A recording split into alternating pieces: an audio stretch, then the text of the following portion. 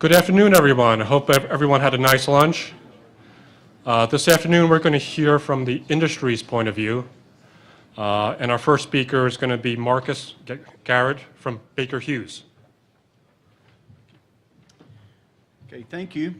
Thank you to PHMSA for giving me the opportunity to come up and talk to you today about downhole safety valves. I'm an applications engineer with my company at our manufacturing plant in Broken Arrow, Oklahoma.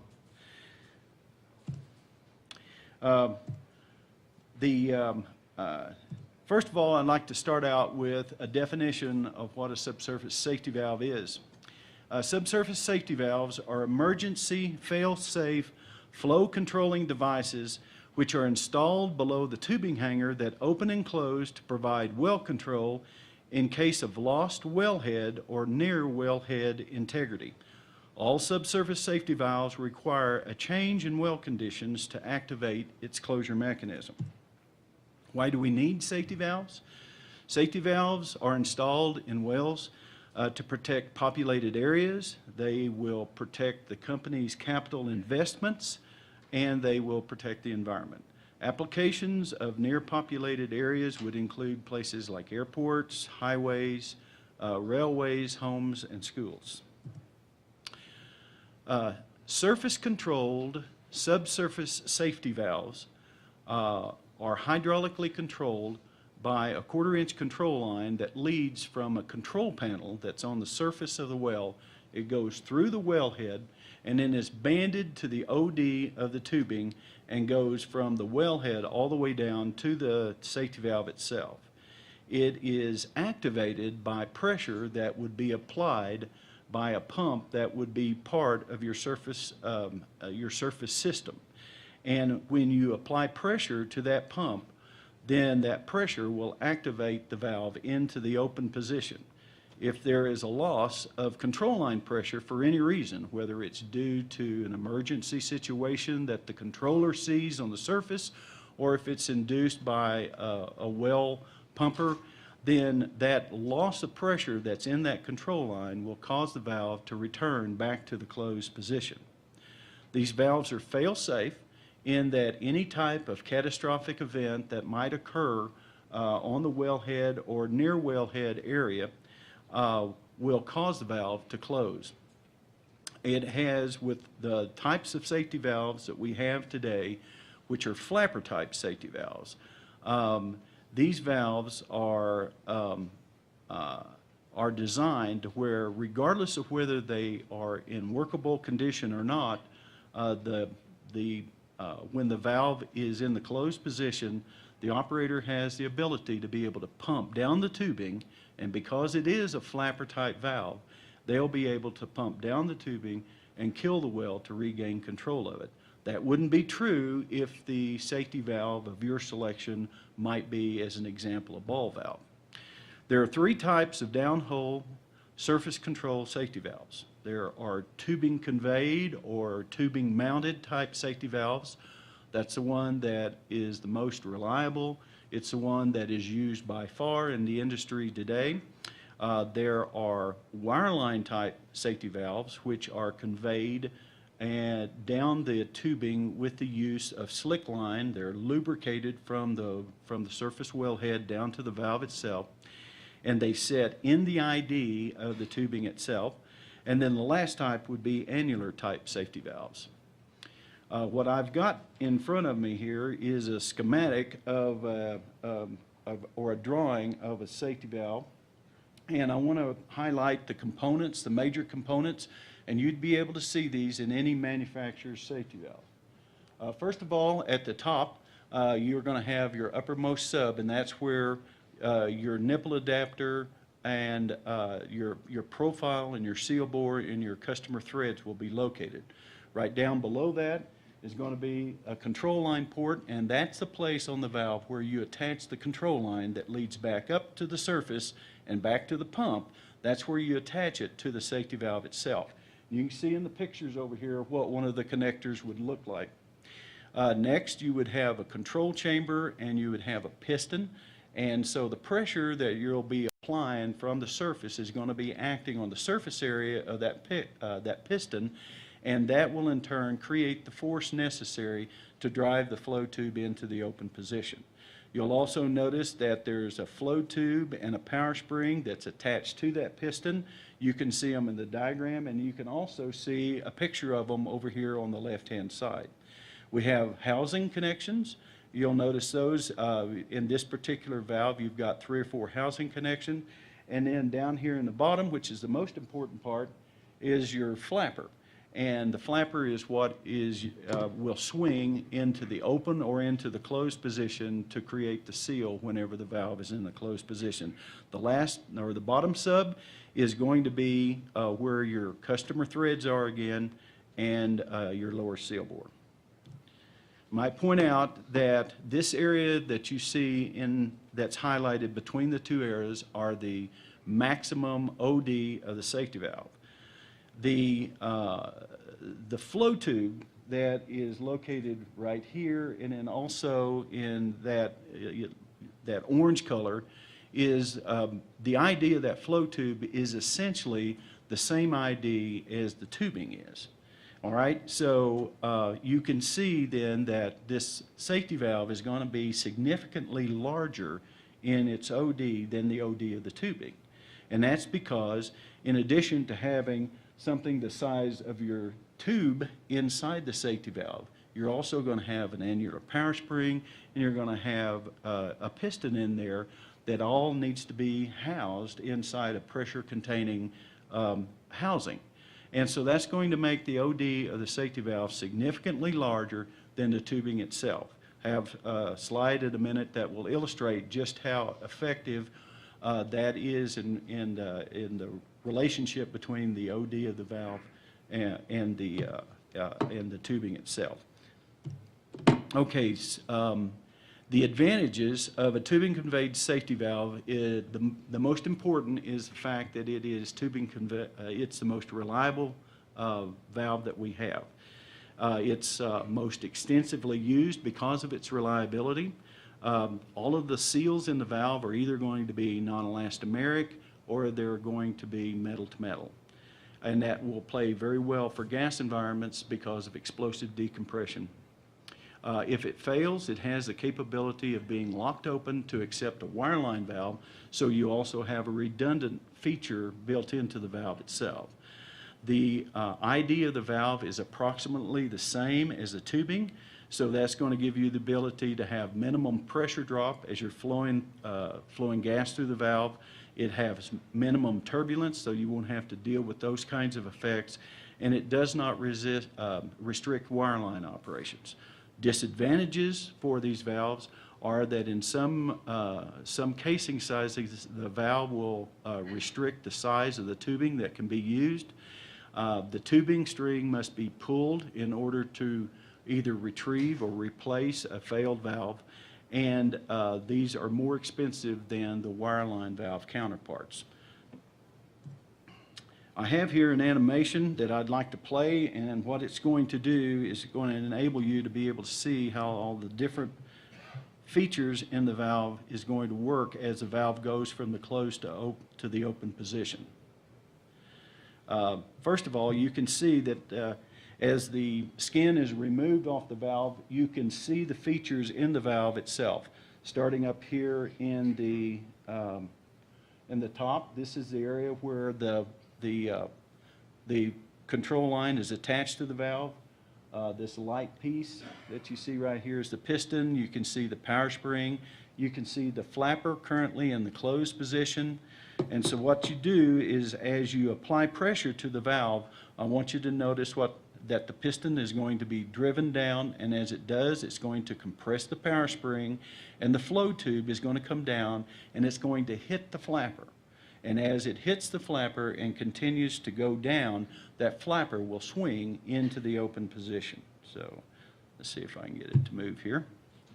Okay, you can see now that as we're applying pressure to the valve, you see right now the valve is in a fully open position, and now as the pressure is bled off, the power spring will return the piston and all of the moving parts back to the closed position. All right, wireline valves. Wireline valves are going to fit inside either a safety valve landing nipple, or they would be designed to fit into a failed tubing retrievable valve.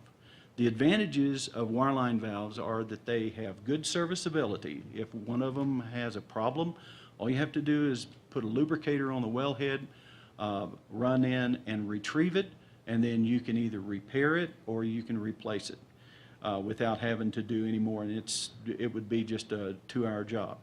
Sometimes it will enable the use of larger tubing than what you could use in a tubing conveyed valve. The valves can be pulled and repaired independently from pulling the tubing string. It is a backup option for tubing retrievable valves whenever they fail, and they are significantly less expensive than a tubing retrievable valve. The disadvantages of these, however, are that there are more components in these smaller valves. They've got locks and packing, and so with more components, these things are going to be, and smaller, they'll be less reliable than a tubing retrievable valve. The seal bores where the seals in the valve have to be set are going to be susceptible to wireline damage or coil tubing damage as you run through there, or logging and things. And so whenever you are doing logs, if you want to protect those seal bores, you're going to have to run wear sleeves or things like that in there to protect those. They will, because of their design, they're going to have elastomers or rubber products in them, and which will be exposed to explosive decompression. It will restrict your wireline operations in that it has to be pulled before you can go into the well to do any further types of logging. And because of its small ID, it's going to significantly reduce the flow even further than it would since you're going to have a tubing valve in there. And because of that, it's going to restrict your flow, it's going to create pressure drops, and it will have the potential to exacerbate erosion and corrosion downstream of the valve. Alternatives to tubing packer safety valve arrangements that might enable operators to be able to flow at higher rates would be annular type safety valves. Here I have a schematic of one of them, and the wellbore schematic on the left will show that the annular valve is closed during the injection season, so you would flow down through or inject down through your tubing. However, during the withdrawal rates, you could go in and produce through through both the tubing and the casing simultaneously. These have the ability, like I say, to be able to flow up the tubing and the annulus at the same time during peak withdrawal periods. This would enable you to maximize your production for a given casing size, and it will also serve as a redundant wellhead in that the pack-off tubing hanger, which serves as your annulus safety valve, will also have the capability of hanging all of the weight of the tubing off of the valve itself. Next is a single tubing control valve, and in this diagram you have a packer, and then right above the packer you have a certain amount of tubing of your choice, and then directly above that you have your safety valve. And all of the flow in the well would come from the reservoir, and it would come up through the packer and through the safety valve, and then directly above the safety valve you could put a perforated tubing pup joint, and at that point then the flow would have the ability, or the gas would have the ability to flow up through either the tubing and or the casing, and this would enable you to maximize the amount of flow that you would expect from whenever you have to run a tubing packer safety valve arrangement in your well. Takeaways for safety valves: maintenance programs that we can help you all with will significantly prolong the life of safety valves. They would include flapper integrity testing, which will probably be part of guidelines They will, but it would also include the need to periodically cycle the valves so that you can keep the moving parts free of debris and keep your seals lubricated. And then every well is going to have a different makeup of gas contaminants that come back up through there. And so we can help you come up with additional things that you may be able to do to keep your components free and keep the valve working for a long time. The slides or the schematics that I've been showing up here don't have any depths on them, but we have safety valves that you can set as deep or as high as you want to in the well without having to worry about them. On valve designs, I would suggest as operators look at different kinds that you consider slam testing and see what kind of rates these valves have been slam tested at. The most important feature that you're going to want to look at would be a self-equalizing feature in the valve, and I suggest that you would talk to vendors about that as well. We have safety valves available in the industry from 2 3/8 all the way up to 9 5/8 inch casing, and we have deep set valves that will go all the way to 20,000 feet if you need to. Flapper designs are designed that they will hold all the way up to whatever the working pressure of your valve is, and they are tested all the way down to 200 psi differential with nitrogen. The rate of leakage in a valve, they will leak. The rate of leakage is going to be significantly low enough to where an operator, if you had a catastrophic event, the valve would close, and it would be safe for an operator to be able to go in there and tie onto the tubing, work around that zip area, and be able to regain control of the well. API RP14B is the instrument that you would look at to govern how safety valves work in service. Safety valve reliability is the most, in my opinion, is the most important thing for success in a valve. If you get the valve that has a good reliability, you should enjoy a very long life with these things. It was true in the oil and gas industry, and I think it was true in the gas storage industry as well. Recommended minimum qualifications for safety valve suppliers are up there in that table. And with that, that's it. Thank you very much.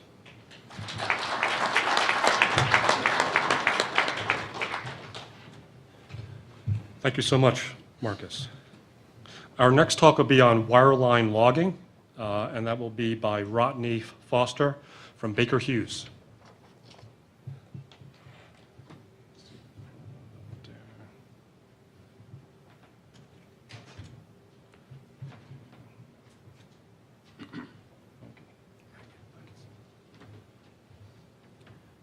I would like to thank also PHMSA and everyone that's here in the audience today for coming to listen to our presentations. And I'm going to be speaking, as Lee said, the underground storage wireline logging. It was mentioned earlier today that there are 3 types of underground storage. There's used for natural gas. Those are depleted hydrocarbon reservoirs, aquifer reservoirs, and salt cavern reservoirs.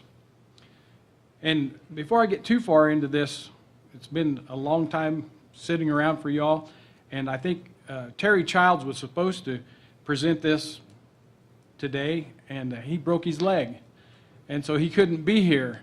So I think he's watching on the webcast, and I just wanted to let him know the next time I get to Houston, you're going to have 2 broken legs. So what I'm going to talk about today is the different wireline logging tools, some advantages and disadvantages of those, and how they're used. Again, we've got about 3 categories, not all inclusive, but these are just 3 major ones. Programs suited for monitoring well integrity, inventory verification, and logging programs suited to investigating problem wells. And I'm not going to be able to go into a lot of detail about these, but I'll try to hit the major points. I'll start off with wireline tools designed for casing inspection first.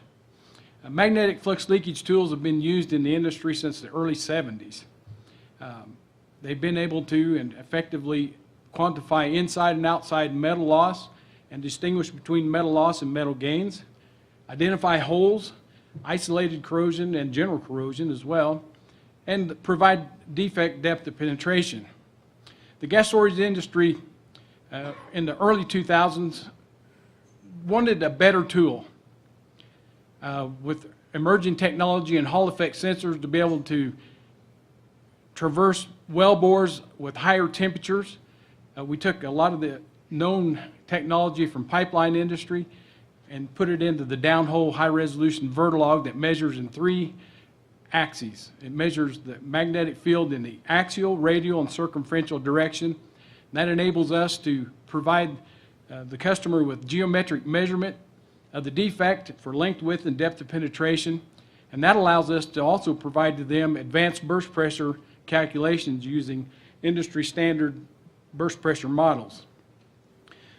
This tool can be ran in liquid or gas environments, and the presence of scale, debris on the casing wall has a very minimum effect on the tool results and the signal. High resolution vertilog is a very fast tool. With the Hall effect sensors, we're not speed dependent. We can log from 0 up to 200 feet per minute with excellent resolution.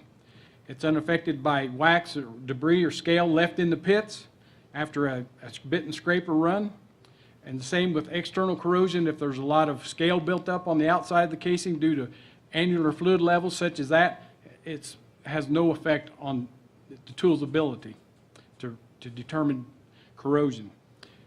The signal-noise ratio increases with magnetic flux leakage as the well ages and the presence of corrosion increases. And it can identify the tops and bottoms of external casings using our axial average background reading. Some of the disadvantages of magnetic flux leakage are the magnets are very strong with this tool, and they can restrict deployment if the well is deviated or if they encounter restrictions. And we're limited to logging ferrous or magnetic permeable casing strings. And we also have to have several tools, actually 3 tools, to log different range of casings from 4.5 inch to 9 5/8. That's a detriment for us logistically, but the tools had to be designed that way to properly magnetize the casing to give the best results. The 2OD is generally large, and scaling can be an issue if it's significant enough as a result of not being able to traverse the wellbore. Magnetic flux leakage does not do a good job at detecting long axial splits, gradual casing wear, or erosion. Another type of instrument we use for casing integrity are the imaging caliper tools. These tools have independent arms that have independent measurements that, when ran through post-processing software, can give us a 3D image of the internal profile of the casing. And they can also be ran in liquid or gas-filled environments in the wellbore. They have reasonable logging speeds. These tools are excellent at evaluating mechanical damage, ovality, deformation, long axial wear or erosion, circular or rotational casing wear, things of that nature. Some of the disadvantages with these tools is they can only assess the internal wall defects. And resolution is somewhat limited by the width and height of the fingers and the distance between the fingers whenever the tool is deployed. Scraper runs are necessary to be able to evaluate the ID and deformation ovality. And scaling left in the pits may cause pitting to be undetected because the fingers cannot actually get to the bottom of the pits. So that's the reason why imaging calipers have a very useful part in casing integrity, but they should not be used solely as a corrosion detection tool. Debris in the wellbore, if significant enough, can interfere with fingers opening and closing. Then we have the pulse echo tools, which are an acoustic measurement. Their advantage is that they can provide both cement evaluation and casing thickness in single run. And their measurement is independent of metallurgy of the pipe. One thing about well logging, and there's no one tool that is the best fit for every situation. And here's one where magnetic flux leakage certainly cannot do the job if you have stainless steel casing or very high contents of chromium, copper, nickel. So it's a good use of pulse echo for that. And they have good accuracy and I believe they provide a burst pressure calculation using the Barlow currently. Disadvantages are that they require a liquid filled borehole and large casing sizes greater than 13 3/8. I don't think they can log beyond that size. Heavyweight wellbore fluid, gas cut mud, gas bubbles dispersed within the liquid column and can degrade the quality of the signal and increase the noise ratio. And logging speed is relatively slow compared to MFL technology, MFL tools. Signal to noise ratio actually decreases with the roughness caused by debris or corrosion, especially paraffin wax buildup on the inside of the casing. Another type of casing inspection tool are the electromagnetic tools, pulse, eddy current, sometimes called phase shift tools.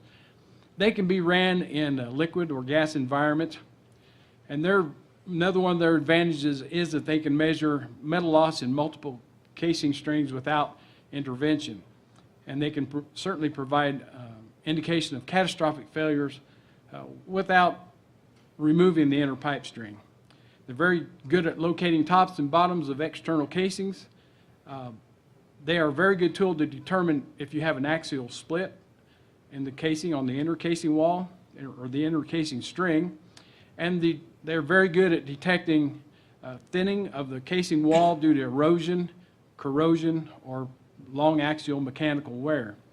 Some of the disadvantages are that their resolution for features in the external casing strings is relatively low and no burst pressure calculation provided. Small diameter defects or early corrosion features can go undetectable, and external hardwares and additional casing strings can complicate the measurement and resolution. So that's not, that's a very quick overview of casing inspection. And now we'll move into leak detection instruments that we would commonly use in natural gas storage wells. Gamma ray neutron tools are run quite often in natural gas storage wells. Almost any time you enter a well bore, you'll typically run one of these. And we would typically want to run a temperature log in conjunction with these two tools, in most all cases, especially for leak detection, but I'm going to be talking about the temperature logs separately here in a moment. I'm also going to lump together neutron measurement with chemical-based neutron sources and pulse neutron tools that use a neutron generator. They can see through multiple strings of casing and determine annular fluid level changes. As a monitor, periodic logging can identify gas accumulation and gas migration behind the pipe. Year-on-year logging comparisons, neutron overlays are commonly used by gas storage clients. And they're a quick indicator if there's anything changing in your well or any gas getting to a different horizon that you unexpectedly so.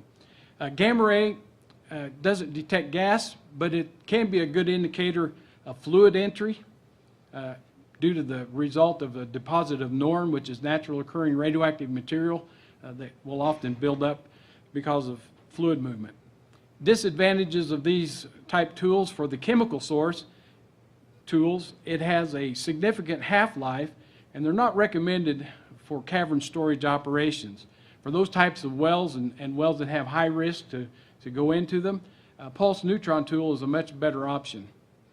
Reciprocity is required to transport these chemical sources for the cased hole neutron tool that employs a chemical-based neutron. Crossing state lines, you have to get permission if you're not licensed for those states, and that can delay some operations occasionally. Going into noise logs for leak detection, they're basically a microphone downhole. sophisticated microphone, very sensitive. But the tool can identify small leaks inside and or channeling behind the casing. And field deliverables are often all you need to determine if you have a leak someplace. Post-processing is available by running it through post-processing software and common experience-based analysis. Basically how these tools work, the amplitude of the noise signal is an indication of flow rate, and the frequency of the noise signal is an indication of the flow regime. Disadvantages are that they can be influenced by external sources of noise depending on what frequency that you happen to be looking at. And typically they're ran as stationary logs, so they can be time consuming, and they can be difficult to distinguish between a leak that's on the inside or the outside of the casing. Noise logs are typically always run in conjunction with temperature logs as well as gamma ray neutrons, especially when looking for leaks. So the advantages of temperature log are that they can be logged continuous and in combination with other services. Normally you run the temperature log going in the hole, so not to disturb any fluid that may be in the well bores as well. And what you do with the temperature tool is you're looking for temperature anomalies, cooling effects that may be caused by expansion of the natural gas as it goes from a high pressure area to a low pressure area. You get a cooling effect.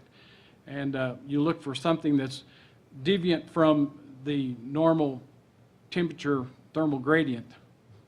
Disadvantages for these tools can be that they can be difficult to find annular leaks, especially small ones, and small leaks can be difficult to measure.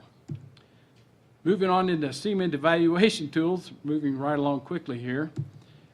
We have the Integrity Explorer tool, which is a new technology just released late last year, mid last year, commercially this year, and can be used to evaluate cement in any liquid or gas environment in your well bore. They don't require liquid.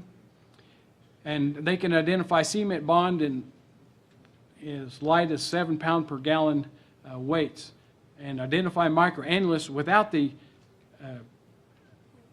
having to have a pressure pass to detect that. This is the only shear measurement tool for cement in the industry. The combination of a high-res Vertilog and an Integrity Explorer that doesn't require fluid in the well offers a unique opportunity for operators to easily and quickly log their wells at any point in time without the additional cost and consequences of putting fluid in your well. Disadvantages are that the tool is relatively long, and it requires that the pipe be electrically conductive. And no VDL is available in a gas-filled borehole. I'm going to go through pulse echo and pad type cement tools very quickly, but they use a compressional attenuation to measure the compressional strength of the cement. They have good resolution and normal weights of cement, greater than 11 pounds per gallon, and they're applicable to large range of casing sizes. The pad type tools can go up to 24 inches. Field deliverables as well as post-processing products are available.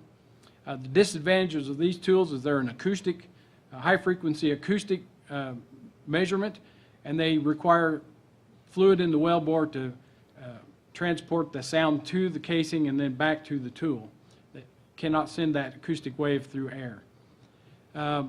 Pulse echo tools can be affected by heavyweight muds or gas cut muds, or high solid contents in your fluid, as well as dispersed gas bubbles dispersed through that fluid. It requires both of these tools will require an additional pressure pass to identify microannulus effect, and they can be affected by internal debris, cement, residual cement such as that, or scale on the internal casing wall. So that was a very quick overview of well logging for natural gas wells downhole. There are no best practice. Particularly, this is an overview of some of the best practices that are normally used. This is not meant to be the answer, just certain answers. And recommendations that I can give are communicate with your service provider ahead of time. Understand what your objectives are. understand what tools are available, what combination of tools may be required to get to the answer that you're looking for. For well monitoring, I'm going to go through these really quickly because I'm almost out of time.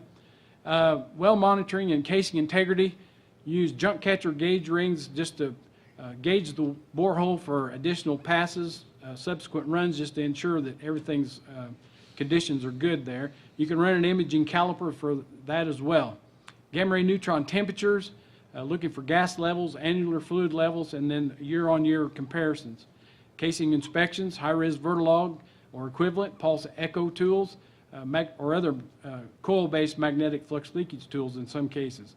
Used to benchmark and quantify corrosion in casings or tubings. And then also cement evaluation. Reassess occasionally to ensure that that cement integrity is still sufficient due to the stresses that are caused by cycling wells. Shear stresses can possibly cause debonding, cracking of cement, things of that nature. For investigating problematic wells, if you have an issue with the well, maybe a leak, maybe it's not performing the same way as it used to. Again, running junk catcher gauge rings, always a prudent thing to do. Imaging calipers, if you have a well that's a problem, you think you have a leak or something wrong with your casing, that's a good tool to run before other tools are entered into the well bore. Gamma ray neutron temperature noise, as we said before, what their uses are. Casing inspection to evaluate the inner casings for internal and external corrosion, and then a eddy current electromagnetic type tool to evaluate outer casing strings. And in some cases, camera runs should be run to identify some issues that you may find on other logs. They can be a very good visual verification. Once you put your eyes on it, you know exactly what the issue is. Casing potential profiles have been talked about earlier this week to assess general corrosion trends, evaluate and validate other logs, as well as monitor or assess your existing effectiveness of cathodic protection systems, or if they need to be implemented, or possibly there's a cathodic protection nearby that's causing your system to be anodic. And for the last and final tool is cement bond log. Again, if required, to evaluate cement integrity to see if a leak or a problem may be related to cement integrity. That is the conclusion of my presentation.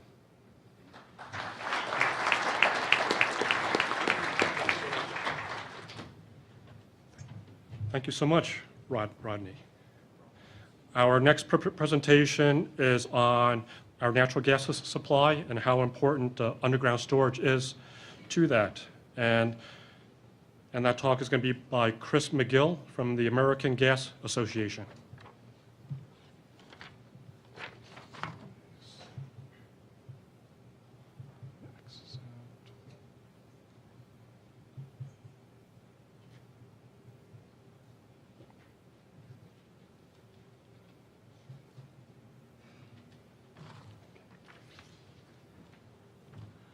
Thank you, Ken. Good afternoon. So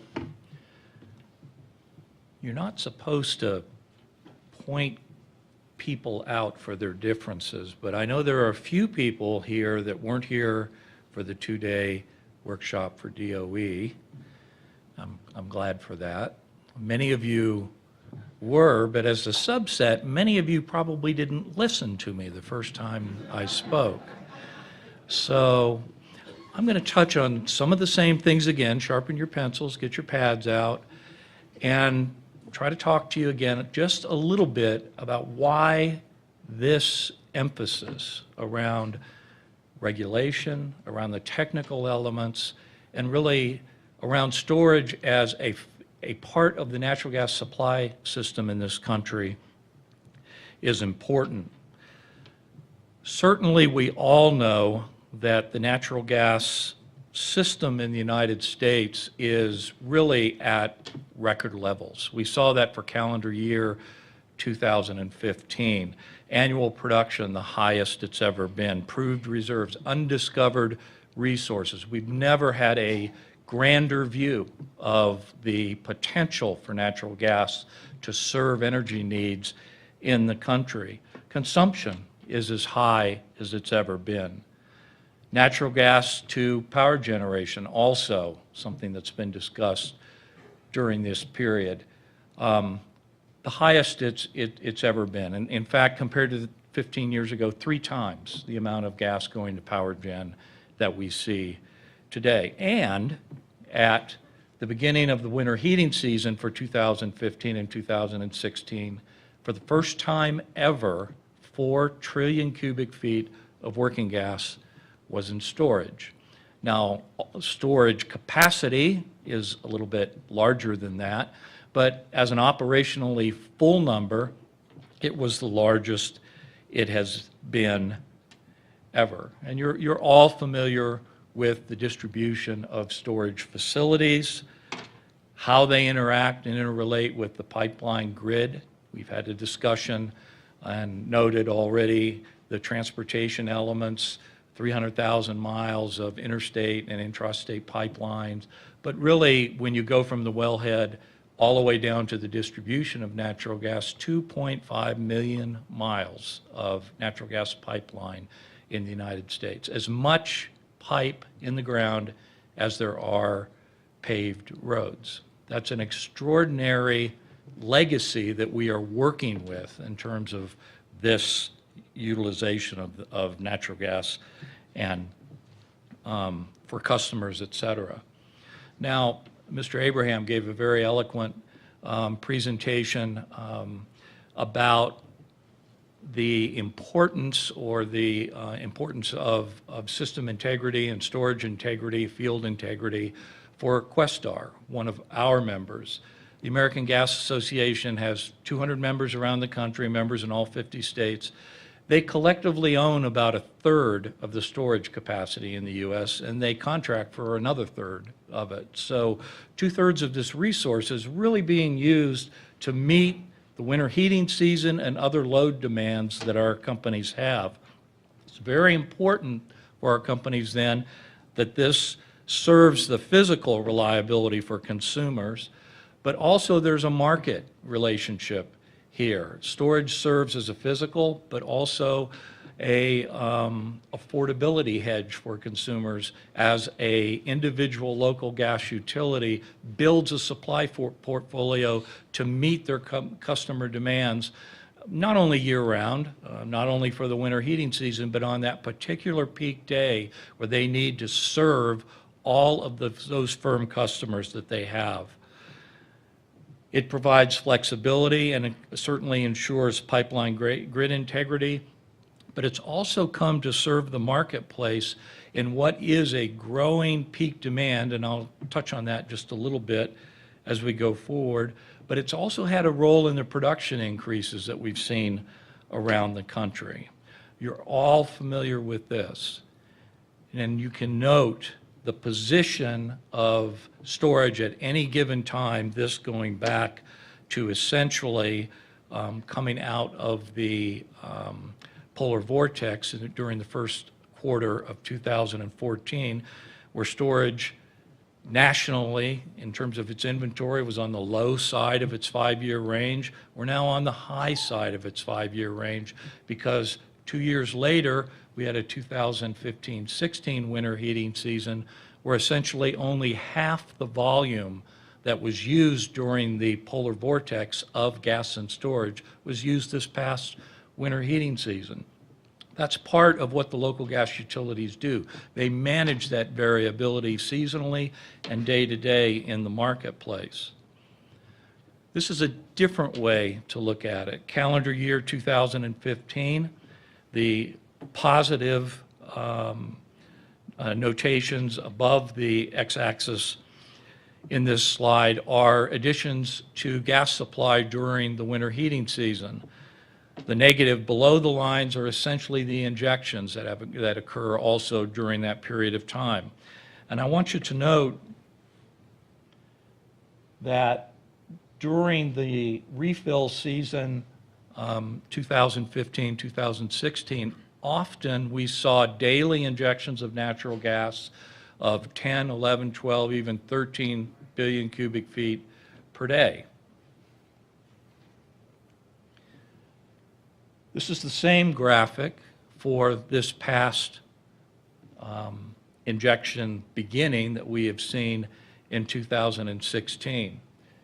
In fact, we have rarely seen a double-digit daily injection, and whereas in the past often, particularly in May and June, the country will see triple-digit injections of gas into storage, 100 BCF or more. This year we have had zero, none. No triple-digit injections, in part because we have seen production come off just a little bit, but we also have considerable volumes of natural gas going to power generation. Again, something the marketplace has had to adjust to, and storage has had a role in that. This is the demand, daily demand for natural gas, again, for the total calendar year 2015. You can see the peaks associated with winter heating season demand. Those are heating load peaks, but there are also peaks that go to power generation today compared to, say, 15 years ago, or associated with power gen.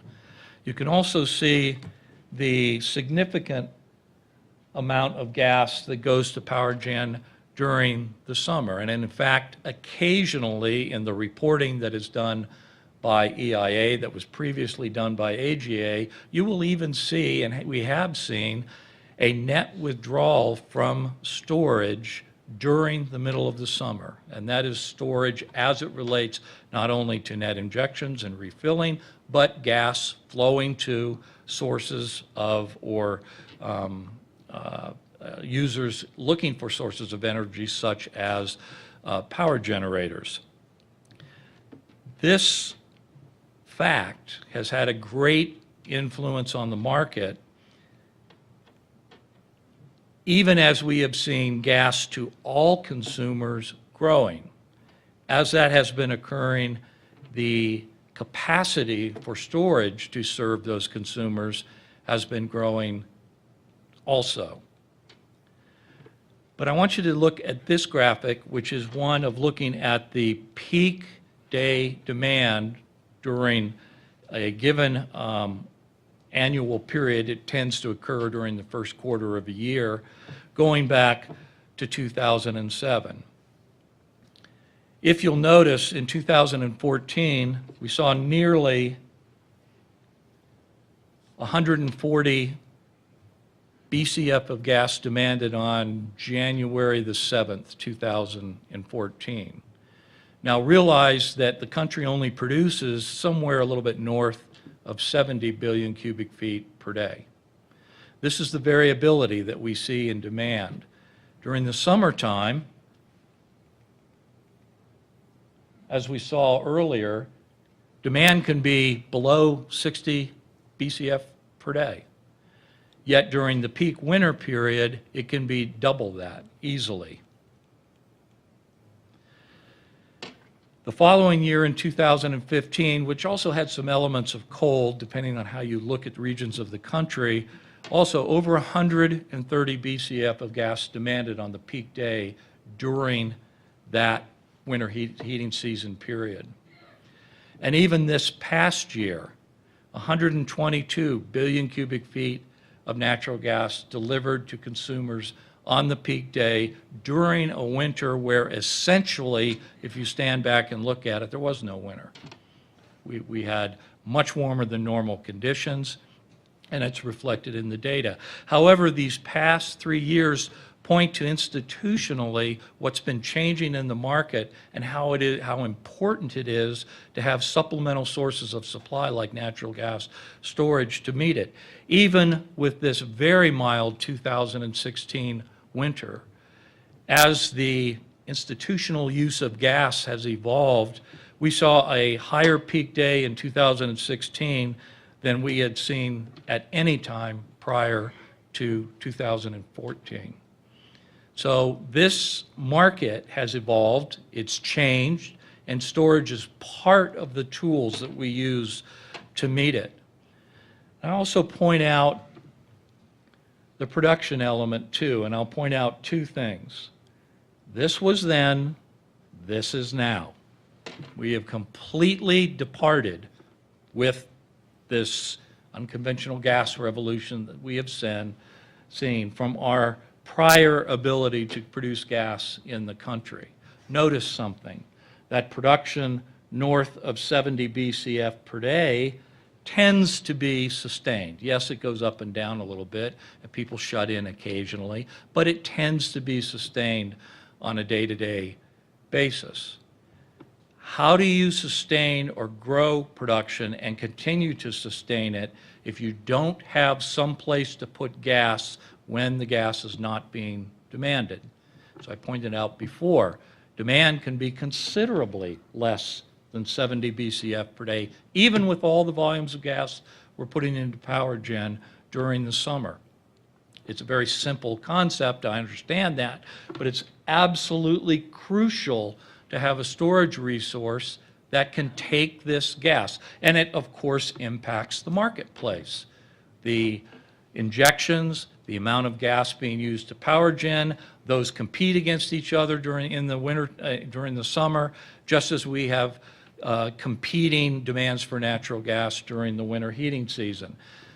For those of you who have been around this as long as I have, we all remember when the gas industry basically viewed itself as a 5-month peaking industry. We're a 10-month peaking industry. We might give ourselves a month on either side of the end of the winter heating season, and as we go into the next winter heating season, perhaps give ourselves a little bit of a break and say that those are the transitional periods. The fact is, we are, from a market standpoint, a competitive marketplace day after day, month after month for the entire year, and storage has a major impact on that. Storage is one of those things as our companies plan for their winter heating season, as they build their supply portfolios, they're purchasing gas. They are using pricing mechanisms in the marketplace to do so. When you're talking about the largest volumes of gas, on the y-axis, you're looking at percentage of volumes. You're looking at counts of companies. More companies use the first of the month index for the largest volumes of storage that they buy, but companies also use the daily spot market and fixed prices regularly. So they are active participants in the marketplace as storage is put into supply portfolios to meet customer needs in the future.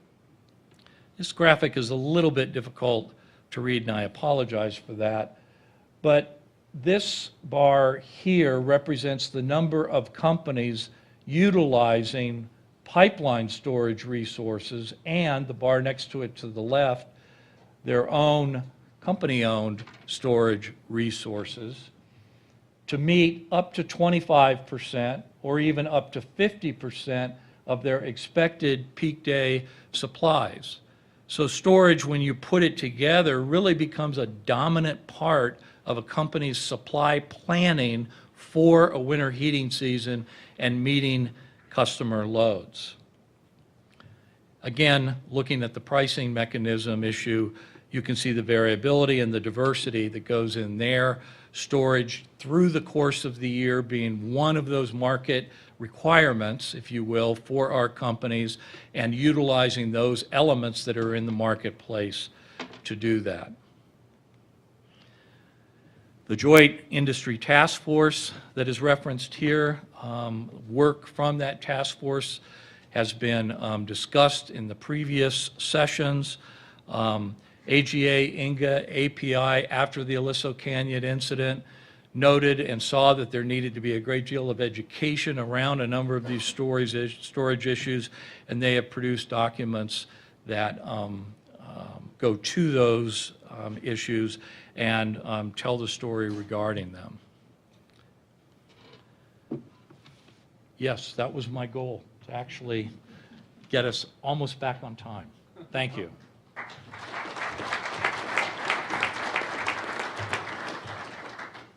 Thank you so much, Chris. Our next talk will be on API RP 1170 and 1171 by Brett Barris and David Miller.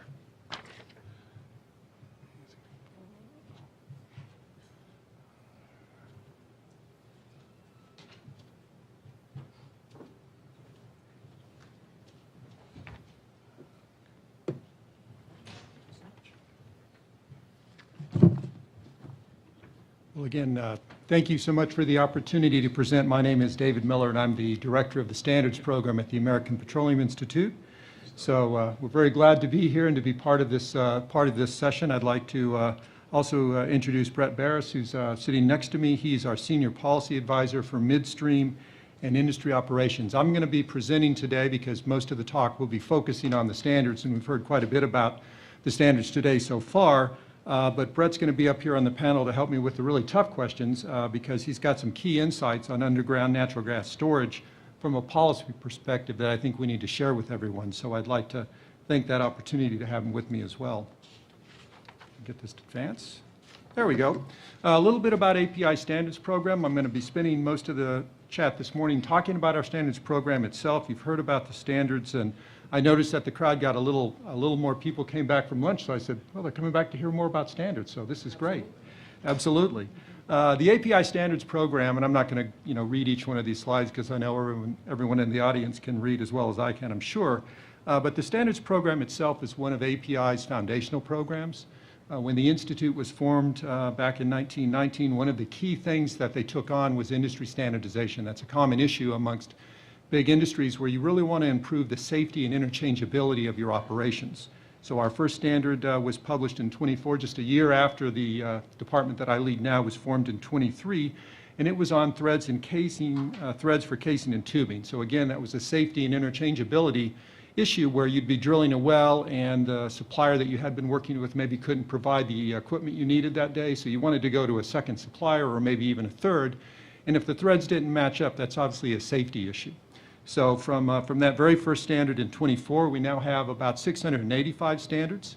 They are some of the most widely referenced standards in the world, certainly here in the U.S. About 1/3 of those 685 standards are referenced in the U.S. State and federal regulations, and they're put together by a very large group of technical experts. I know that I've got folks in the audience, probably here on the panel with me, that have been involved in either API or other standardization programs, and I'll spend a little bit of time talking about how the standards are built. But right now in our database, we have about 7,000 active volunteers from over 2,000 organizations representing 50 different countries working on API standards. Now, they're not all working on them at the same time because the standards have a cycle, but that just gives you a sense of the size of the organization and the technical expertise that we bring to the table. One last point before I leave this slide here is that, and I'll get to this in a little more detail, but the standards program is one of the most open and transparent programs around in that we have, of course, the operators that participate. We have the service and supply organizations, the engineering organizations, but more importantly to a lot of folks, it's an open door for the government folks to participate. We have NGOs, folks from EDF have sat on some of our standards committees. So we really want to cast the broadest net we can to have the best experts around the table to reach the best standard. So that's a quick or a short way of saying when we're on our break, I'll be collecting everyone's business card, put you all in all our standards committees. No. But if you're interested, please give me your card. We'd love to have you participate. It is a very open process. Let's talk a little bit about how these standards are made and how they're used.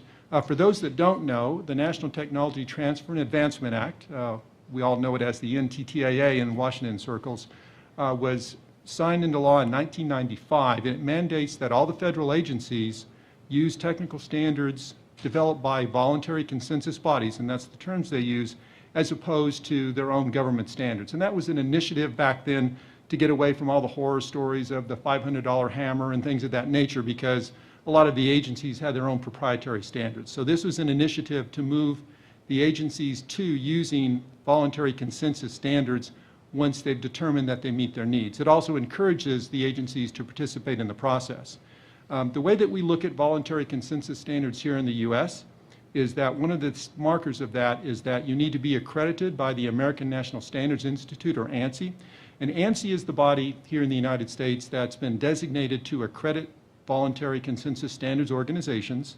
It requires that you have a transparent process, just like I've described, that you follow their requirements of openness, balance, consensus, and due process. We'll go through those in a few more minutes. And that your program, my program, for example, undergoes regular third-party audits. I'm happy to report that we just finished our last third-party audit, and our program was successfully re-accredited January 1st of 2016. And that's one of the reasons I think that our standards are so widely adopted by the agencies and so widely used by the regulators, is they know they've gone through a very rigorous, open, transparent process that allows everyone to have a seat at the table. Talk a little bit about the definitions of our standards. These are terms that we use, terms of art. When we talk about a standard, and you'll hear us talk about standard 1170, or sometimes it's called an RP 1170, that's really a broad term that we use for all of the documents that we publish in accordance with our ANSI-approved procedures. We call them standards. But specifically, a specification is a document that we use that facilitates the communication between the purchasers and the manufacturers. So in other words, if you're buying one of the valves you've just heard about, we'll have a specification on that. Recommended practice tend to be something that communicates industry practices. So of course the RP 1170 and 1171 I'll talk more about are recommended practices, and then standards are documents that combine elements of both of those. We also have some other documents, terms that we use like our inspection codes, but those are the three documents that we publish. So we call them all sort of generically standards, but they really break down into specifications, so the equipment itself, the recommended practices, which are the operational requirements, and then finally a standard, which brings both of those together. But let's talk a little bit about some of the requirements. I mentioned that to be an ANSI accredited body, you have to follow openness, balance, consensus, and due process. From the openness standpoint, as I talked about, we're a very open process. We publish on an annual basis and then update several times throughout the year our entire annual standards plan, because we want everyone to know everything we're working on, lists all the standards by segment, identifies the standard staff engineers in my group that are working them with their email addresses, and tells you about when the major meetings are, so you can find an opportunity to present. So that's our openness standpoint. From the balance standpoint, we work towards the 1/3, 1/3, 1/3 model, which means we'd like to have a third of the people around the table writing standards from the operator classification. We'd like to have a third from either service supply or manufacturers, depending on the standard being developed. And then the other third is a very important third, and that's our general classification. And that includes the government representatives, the NGOs, the academics, the engineering companies. So we'd like to have a very robust process. But when we develop our standards, we develop them, as I said, as a consensus approach. These are some of the terms that we use here, but in short, our standards are approved by a 2/3 majority, and at least 50% of those that have voted have to have voted on the standard. So we try to make sure that the standard isn't captured by a small subset of the group, that you have at least 2/3 approval, and at least half of the people that have the opportunity to vote must have voted. Now, we do all of our balloting now electronically, so we actually get much higher returns than that, but that's our minimum. Here's a little bit more about openness. Just the key thing here is that, as you've heard me talk about the number of folks involved in the standards process, API corporate membership is not a requirement for full participation. So we have about 650 corporate members. They range from the very large integrated oil companies that you've all heard of, the Exxon Mobils, Shells of the world, of course the service and supply, the Baker Hughes, down to the very small organizations. And at the standards table, when the people come to work on the standards, they all have the same rights. There is open attendance at our standards meeting, so you can register and come into any of the meetings. The votes themselves really are tied more into your participation. However, all of our committee ballots are open on our open ballots page. So you can go to that website and you can see every standard that we have open for ballot. You can link to it, you can provide your comments, and one of the requirements that we have, when I get into a little more of the due process, is we have a responsibility through our ANSI accreditation to respond to every comment that we receive. And on some of these very large technical standards, we may have 1,500 to 2,000 comments. And it's our responsibility as an accredited organization to go back to all those individuals to let them know how their comments were adjudicated and what their next steps are if they want to continue to have the conversation. One of the key things that's part of our ANSI accreditation now is that they're looking for what's called outreach, and specifically they're calling it targeted outreach. So what they want us to do is to look at organizations that are underrepresented interest categories, as they call that. So if I look at some of the committees and I say, well, I've got a lot of the operators here and a lot of the service and supply, but I'm a little short on general interest, or vice versa, it's our responsibility to have a targeted outreach to try to bring those voices to the table. So here are the ways that we reach or try to reach people to encourage them to participate in the process. Website solicitations, webinars. We do webinars. I know that this is also being broadcast as well. So I'll include this as one of the targeted outreaches for our pipeline standards. Meeting announcements, again, our annual standards plan. We have an active social media presence on LinkedIn and others as well. Then we will go specifically in some of the safety standards and try to get specific folks to come to the table. So when we stand up some of the newer standards, say in the refinery process safety work, and we heard a little bit about process safety earlier today, we'll target specific organizations, send them individual invites and try to get them to the table. Because the idea is, as I said, we want to have a very large, robust participation in the standards process because we all end up with a better document. So just a few summary remarks on this before I move into the actual standards themselves. As I said, all of our standards balloting is done online. So that's the website you can go to and see all the documents. And the idea there is that a lot of folks in the industry or a lot of folks have to juggle a lot of balls throughout the day. So we want them to be able to review the documents and vote on them when they have that opportunity. Our typical ballot cycle is 6 weeks, although it can be extended or shortened depending on the criticality of the document. We do follow one company or one organization per vote on all of our votes. So if there are multiple representatives around the table from the same organization, the organization has to identify who has those voting rights. And as I said, the voting rights are determined by your level of participation. You may be able to just come and observe the process, or you may want to sit in and vote, or you may just want to be on a mailing list. So it really depends on your level of participation on whether you're going to be voting or not. However, as I said before, all of those comments, and this is key, whether they're from committee members, the folks that are voting on the document, or from the public, and we do receive public comments, must be considered, the documentation must be made available, and those individuals have to be told how the comments were looked at. Our cycle for standards is all of our standards have to be revised, reaffirmed, or withdrawn every 5 years. So we're on a 5-year cycle in accordance with our ANSI procedures. However, many of the key standards are updated more frequently. You've heard a lot about the standards on the subsurface safety valves, for example. They're on more of a continuous maintenance. They're looked at more regularly because the technology changes quicker.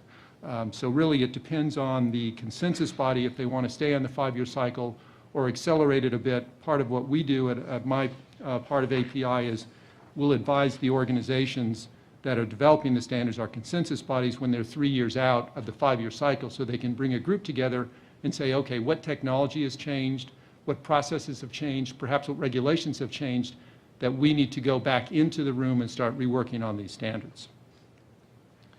Little information about our standards online. As part of one of the requests from PHMSA and other organizations and stakeholders, we now have all of our government-cited sites and RPs available online for read-only purposes. So that's known as our IBR reading room. So if you go to the API website and you pull down the section that's on standards, you'll see it's probably the second tab, IBR reading room. So you can go to that website that I've got up there, and you can read roughly 200 of our 685 standards are up there for free online viewing.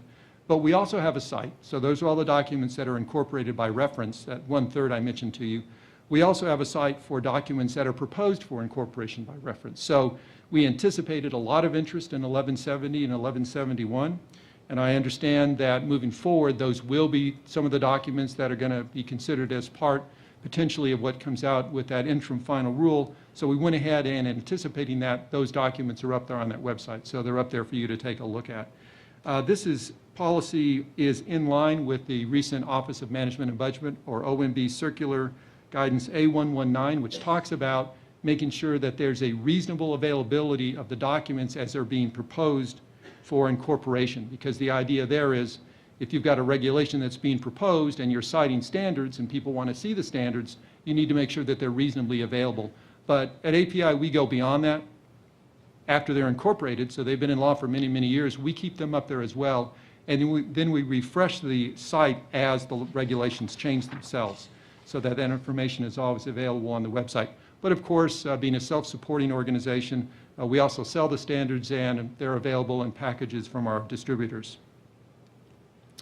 Now I'm going to spend just the last few minutes that I have, and I'm just about on time, talking about 1170 and 1171. As you heard from the last presenter, this was a group of experts from AGA, INGA, and API, and their companies came together to start developing on these standards.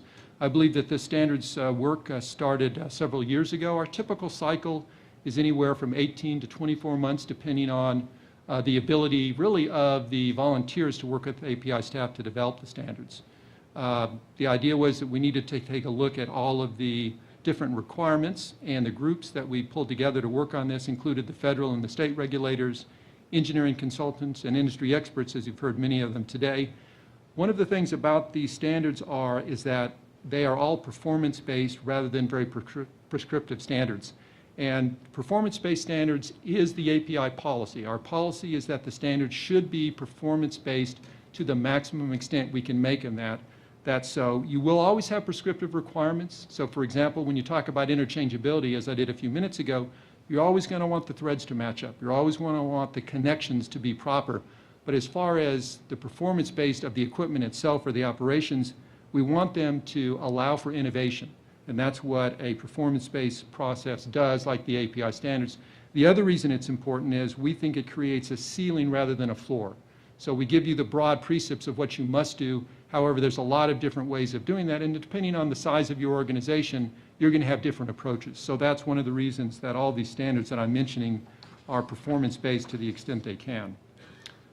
I'll just put up this slide very quickly on 1170. I know we're not going to spend too much time on that. That's the first document that was published in July of 2015, and there's the requirements, the functional requirements for salt cavern facilities.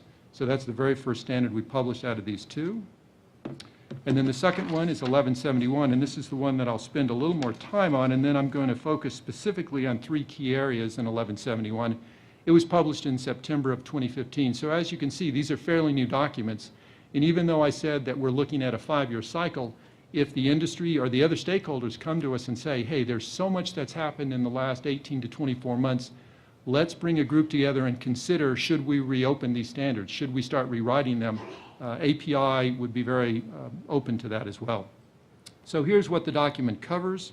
As I said, it's available for free online viewing, but the three areas that I'm going to focus on from 1171 is risk management, which we've heard a bit about today already, emergency shutdown valves, which we just heard about, and well integrity, which we've heard about on and off throughout the day, and I believe we have more presentations to come. In the risk management area, and again, remember this is a performance-based standard, we define risk as the consequence of a realized threat multiplied by the likelihood of its occurrence. So what we're looking for there is a risk-based approach that the operator shall develop, implement, and document. So again, the standard is not going to tell you exactly how to do it, but it's going to tell you what we need you to do. Develop, implement, and document your risk management program. And again, the idea here is that we're encouraging folks that follow the standard, industries that use the standard, perhaps regulators that reference the standard, to be thinking about this as more of a risk-based approach. What is it that I need to focus on? What are the critical areas? Rather than just an administrative approach of, okay, I have a checklist. I'm just going to go down the box and we look at this piece of equipment every 6 months. So every 6 months I'm looking at this piece, whether there's something else going on here or not. That's not the idea here. The idea here is that you really take on this risk-based approach, and that's what we've got in this section of the standard. You've just heard about emergency shutdown valves. They're not going to be required for most storage wells. However, operators, again, shall, and that's a very specific term of art in the standards world. You have shoulds, which are recommendations, in effect. Shalls, according to our definition, is a requirement that you have to fully implement to be in compliance with the standard. If you want to assert, I'm following 1171, and there's a shall statement, there's an expectation that you will have done that work. So the operator shall evaluate the need for any type of shutdown valves, and here are the things you have to look at. Distance from dwellings and other buildings, distance from wellheads and facilities, present and predicted development, something you all have to think about, and then, of course, gas composition, maximum flow potential. So again, we're looking for the operators to make these determinations. And then the final part is on well integrity itself. Again, operators shall maintain functional integrity of storage wells and the reservoirs. Again, it's a risk-based approach. We're asking for the operators to make these determinations. But when we talk about well integrity, we have a whole series of that 685 standards that talk about well integrity. We have standards on the drilling itself. We have standards on the cement you've heard about, on the casing and tubing, on all of these different requirements to properly design, construct, and install these wells. And so it's very key that the operators go back and maintain the functional integrity of the storage wells and the reservoirs. So again, thanks, and as I mentioned in our targeted outreach area discussion, I'm happy to take everyone's business card, or just a few, if you will, of folks that would like to participate in the standards process. Would be happy to put you on any of our mailing lists. And if you have a deep enough interest and you like to have voting rights, we'd be happy to talk about that as well. Thank you.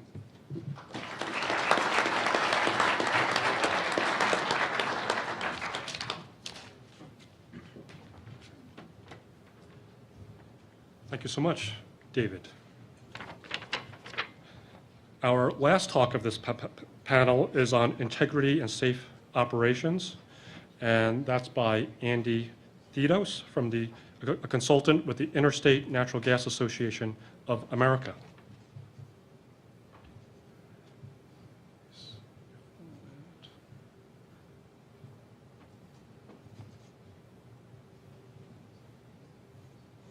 Where's the page button? Go to the next slide. I'll use this one or down. Yeah, okay. Sure. Thank you. Good afternoon. Before I get started, I would like to give an acknowledgement to the team leaders that helped get this white paper written, Ray Harris and Steve Novichevsky. Without their guidance and dedication, it would have been hard to get an 85-page paper written. A little bit of background. David just went over some of the 1170 and 1171 information, so I'm going to just skip most of this. You can see we started in May 2012, and the 1171 was finished in September 2015 when it was published. The real point I want to point out here is the last bullet item. The operators were starting back in September, and the ones that were even on the committee started prior to that, of looking at what would be the requirements coming out of 1170 and 71, and starting to compare that to the systems they were currently using to manage the integrity of their storage assets, and look at the gaps between the two and try and align themselves with the 1171 and 1170. As a result of the Aliso Canyon incident, earlier this year, a Joint Industry Task Force, JITF, was initiated. Has 15 storage operators and the 3 trade associations shown there, American Petroleum Institute, American Gas Institute, and INGA. In January of this year, INGA, in consultation with the greater part of the storage industry and the trade associations, filed a petition with PHMSA to incorporate API 1170 and 71 into the federal regulations. This petition would essentially convert, if you will, a voluntary recommended practice into a regulation. To help enhance the technical understanding, the context of 1171, and other topics related to well integrity, this white paper was commissioned and finished here really just about 2 weeks ago.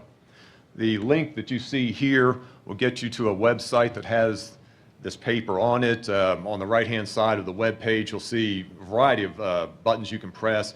There's a 2-page executive summary. There's the 85-page white paper itself, and then there's some other links to other documents.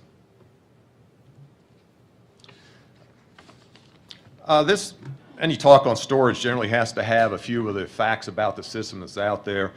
Chris McGill did a great job, so I'm going to skip the first few bullet points there and really focus on the 4th bullet point. There are 4 basic physical components in a storage field: the compressor station, the pipelines, the wells, and the reservoir. The first 2, pipelines and compressor station, are already covered under PHMSA's regulation, Part 192 regulations, and have been for quite a while. INGA's petition would bring the last 2 components, physical components of a storage field, under PHMSA, the wells and the reservoir. Now let's talk a bit about the white paper itself. The white paper is about the 3rd physical component on my prior slide, the wells, the storage wells. And this is primarily because of the attention the Aliso Canyon well generated. There are 2 overarching goals in storage well integrity. The first is to contain the gas within the system, and the second is to be able to verify its containment. Storage well integrity management has to look at the life cycle of well, all the way from the initial design of the well through building it, drilling it. operating it, maintaining it, and then the final abandonment phase, the end of its life, if you will. Interrelated and all behind all those activities are the procedures that the operators use to do those activities and the training of the employees and the staff and the vendors that would go out and physically do the work. The flow chart you see on the right-hand side of this slide, and I kind of apologize because the print's so small, you're not really supposed to be able to read it. This flow chart is in both the white paper and 1171, and it is in a size you can read. The reason I put it on here isn't so much to be able to look at the details of what it is, but just to have it as a discussion point, and that it maps out how 1171 and the tasks you do and the information that is in it would flow through the evaluation of a new project, through an existing field. It shows how, as you collect more data, you will periodically reevaluate. That would be the loop on the right-hand side coming back up towards the top into your risk model to reevaluate, have you identified all the threats out there, what are your P&M measures, and so on. Integrity management isn't a one-time activity, and that's part of what this chart is trying to get at. It's a continual process that's ongoing. And for something that's new, that's the left-hand side. Once you get down towards the bottom, you then flow into the right-hand side and do all those processes of reevaluating the new things you've learned over the years of operating as a storage field and as storage wells. Okay, let's now talk about the paper itself. There's 4 sections to the paper.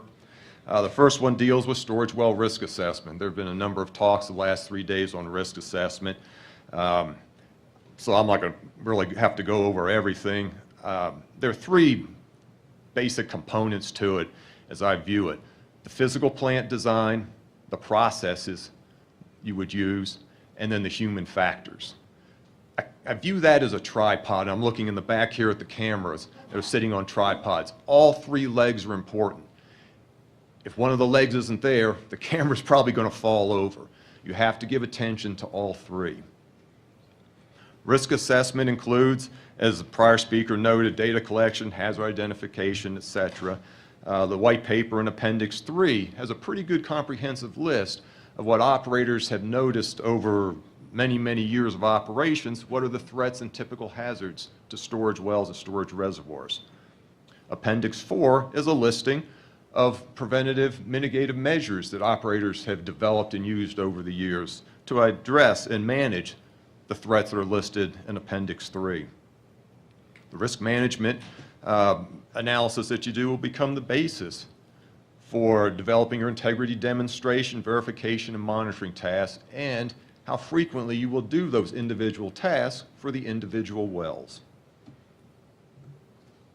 Risk management is holistic in that you have to look at all threats to a well. You just can't focus on a few.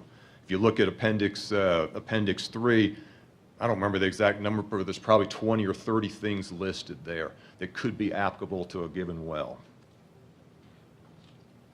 Some concepts to keep in mind. There are many potential hazards and threats out there. You also need to look at the interactions between hazards and threats. You have to match this up for individual wells. You have preventative mitigative measures. Some are applicable to certain threats. You have to match those up, find out what's the best to be using for that situation. One of the other issues that's been brought up several times here in the last couple of days is the issue of age. I don't believe that age in and of itself is synonymous with being a threat. What is the threat is the attributes of the well and the environment the well is in. And what I mean by that is, how was the well drilled? How was it constructed? What's in the hole? What's the equipment that's there? The environment is there a corrosive gas environment there? Is there a lot of water production? Is there sand production? Sand production, if there's a lot of it, could lead to erosion issues. If there's no sand production, you don't have that problem. Those are the things that really create the threats to a storage well integrity. You could talk to any of the operators, and they will have examples of wells that were old, however you want to define that when they do remedial work on it, the casing still has its mill markings on it, versus young wells, however you want to define that have had serious corrosion problems because they're in different environments or they could have different material in them, in the steel. So you have to understand what really is driving the threat and look at those. Threats can change over time. You have a diverse, and then in summary on this slide, you have a diverse potential variety of threats. You have to address those with an equally diverse variety of P&M measures. No one P&M measure, unfortunately, will address all threats. Next section in the paper talks about foundation for integrity management. As has been mentioned, the operators that worked on 1170, 71, and on this paper have a large percentage of the storage assets in the U.S., many decades of experience. They've seen a lot of problems. They've seen what works.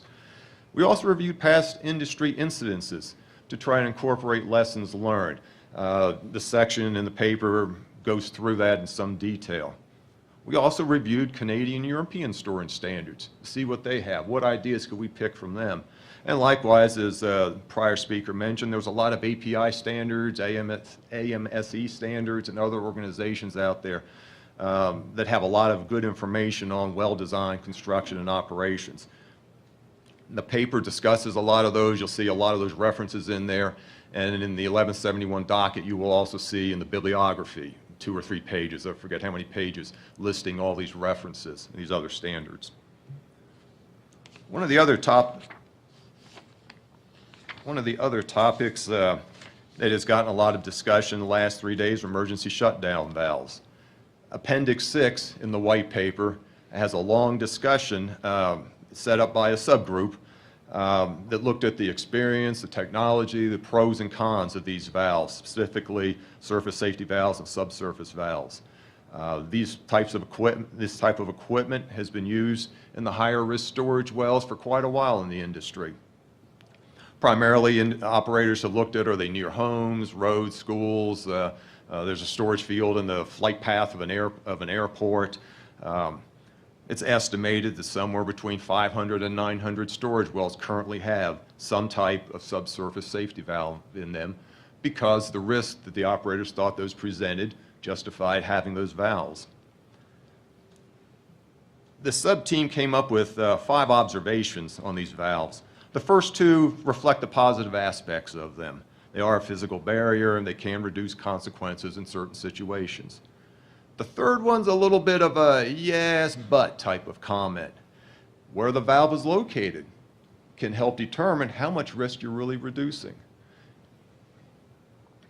The fourth one is well, on the other hand, there are a lot of downsides to these valves, as was discussed here a little bit ago. Re-entry issues, they require a lot of maintenance. Going into wells is not a risk-free activity. You can have blockages.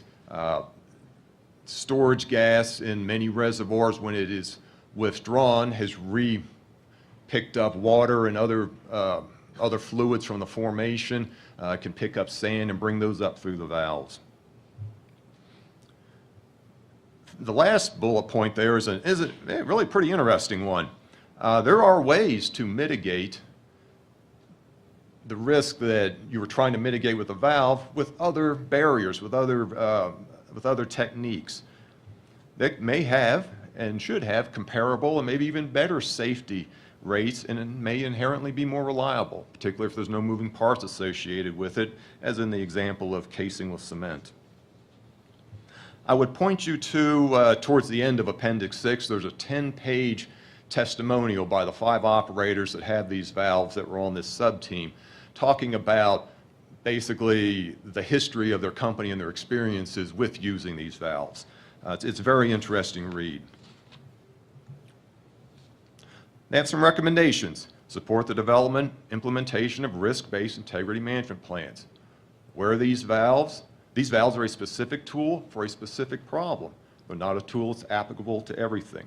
You're trying to balance the benefits versus the risk. And as the prior slide showed, in several hundred wells case, they felt that using these valves was of sufficient benefit to offset the additional risk. The industry should also align itself with the PHMSA storage advisory from earlier this year, function test the valve, evaluate the need for these valves whenever an operator installs new or removes or replaces tubing strings or things like that in a well, using the risk analysis in API 1171.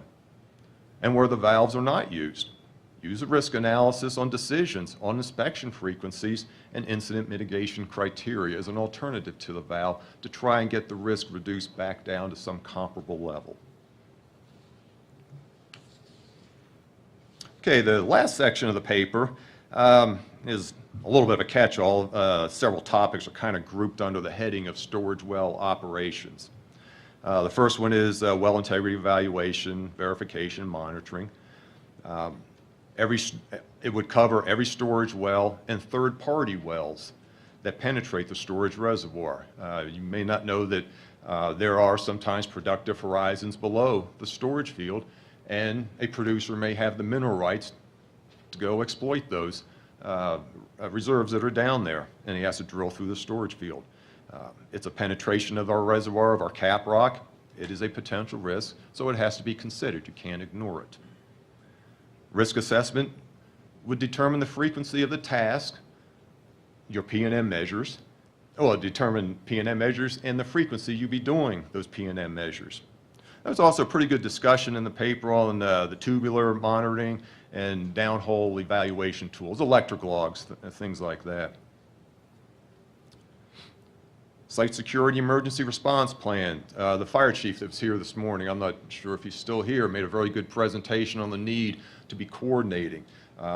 My take on what he was saying was there's been so many years of coordination on the pipeline side, pipeline safety incidents, is that they're comfortable with that. But the storage thing is a little bit of a new thing to them. And it's probably it could be a common feeling by a number of emergency response people. So we'll need to beef up our efforts on that, doing incident drill responses, as an example. Also, additional public education will be necessary and is incorporated into the documents. Excuse me. Procedures and training. These are the last two items on my original, one of my original slides that talked about the three components. These are the other two legs of the tripod, so to speak, is what I mean here. Operators need to align their existing procedures with API 1171 and expand and develop new procedures and processes to be in conformance with 1171. They also need to expand the training for their employees, and they will also need to evaluate the effectiveness of the training to verify that these persons have the knowledge, skills, and abilities to do their jobs. Record management is also an important aspect of these two RPs, keeping the information for the life of the facility. In summary, industry has estimated that it will take 7 to 10 years to modify, develop, expand the existing well integrity management programs to reach full conformance with 1171 and to evaluate the mechanical integrity of each active well. From the past 3 days of the workshops, I expect that there will be a lot more discussions and sharing of ideas and experiences. I personally have really benefited and enjoyed listening to all the speakers and the divergent topics that we've had the last 3 days. I also expect that the operators' integrity plans will evolve as they implement 1171 and new regulations to be more robust at ensuring reservoir storage well integrity. Thank you.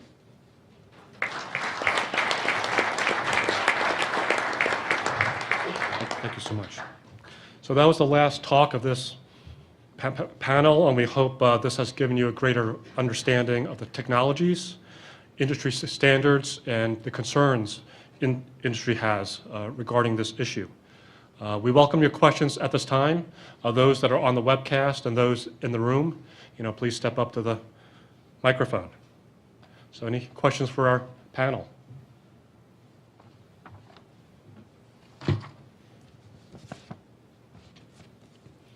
Okay, we have some questions from the webcast.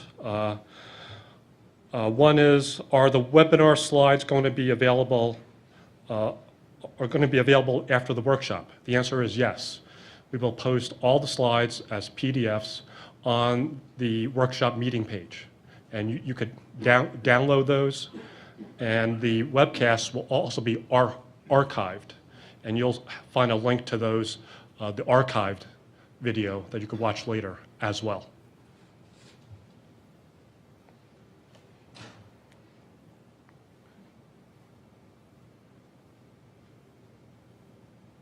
Okay. Are there any questions from the webcast? Okay. Yes. Rodney, it's Russell Bentley with Parsons Brinkerhoff. Rodney, I wanted to ask about the annular valve that you talked about. How's that function? Is it a surface function or a pressure function? How do you I operate? believe that was Marcus that we're talking. Oh, I'm sorry, about. Marcus. Downhole valve, sorry. Yes. Okay. Your question is, how does it function? Yeah, how do you switch between, you're talking about the injection down tubing, withdrawal up through both tubing and annular space? How do you function that? Well, you've got basically two valves. You've got a safety valve that's in the tubing string, and then you have another valve that's called an annular valve that is in association with a pack-off tubing hanger. All right, each one of them are operated independently of the other. They have control lines to go to each one of them. Seasonally, you can inject down the tubing and keep your annular valve closed. However, during peak withdrawal, you can go out there and open up your annular valve, and actually what it is two concentric pipes. And we have a method and a way of being able to open it so that the gas can flow up the tubing casing annulus, through that pack-off tubing hanger, and then onto the surface, so that you can maximize your withdrawal seasonally. Right, okay. So it's control lines, I guess. Yes, control lines Two are... control lines, two Yes. hydraulic. Mhm. That's, thank you. Yep. Okay, great. Any other questions? Going once, going twice, going 3 times? If not, let's have a round of applause for our wonderful panel.